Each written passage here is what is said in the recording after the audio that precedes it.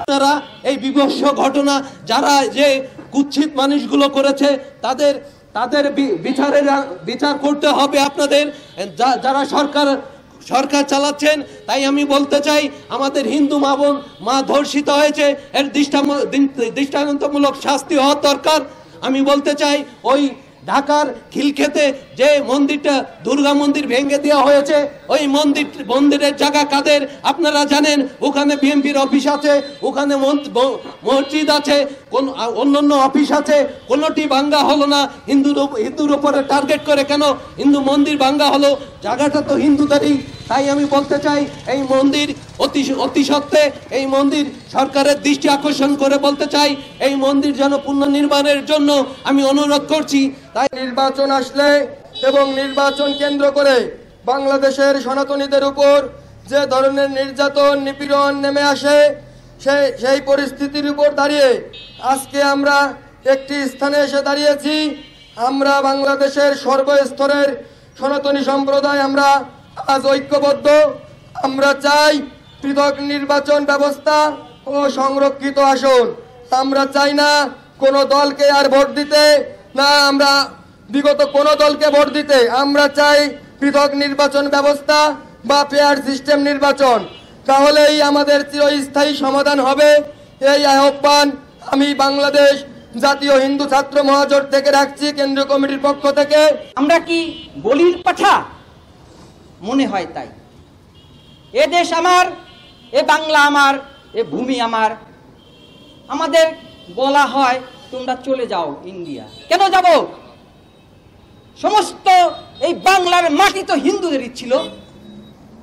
শুধু ধর্ম প্রচারের মাধ্যমে হিন্দুদের থেকে যারা চলে গেছে অন্য ধর্মে, তারা মুসলমান কেউ হিন্দু, এই তো।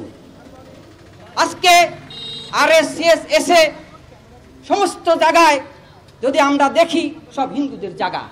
অর্পিত সম্পত্তি প্রত্যর্পণ খ বাতিল হওয়ার আগে যখন ক ধরেছিল বিগত সরকার আমলে, তখন আমলারা কি বলেছিল?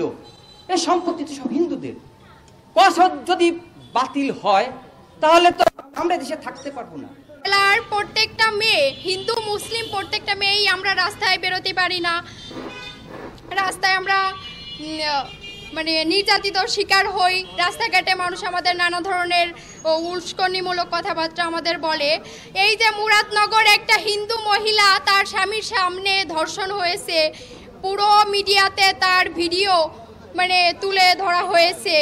এই যে খিলক্ষেত আমাদের যে হিন্দুদের মন্দির বুলডোজার দিয়ে ভেঙেছে, আমরা এসবের প্রতিবাদ চাই। আর আমরা চাই যে আমাদের হিন্দুদের মানে সংরক্ষিত আসনের প্রয়োজন, কারণ আমরা হিন্দুরা ভোট দিয়ে আমরা ভোট কেন্দ্র থেকে বেরোনোর আগেই আমাদের ওইখানেই নির্যাতিত হতে হয়।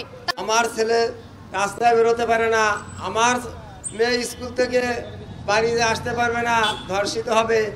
আর আমি বাবার সামনে মেয়ে ধর্ষণ হবে, মায়ের সামনে মেয়ে ধর্ষণ হবে, মায়ের সামনে মা বাপের সামনে আজ ছেলেদের মারবে, আমরা তার প্রতিবাদ করতে পারবো না। এই দেশ কি আমাদের নয়?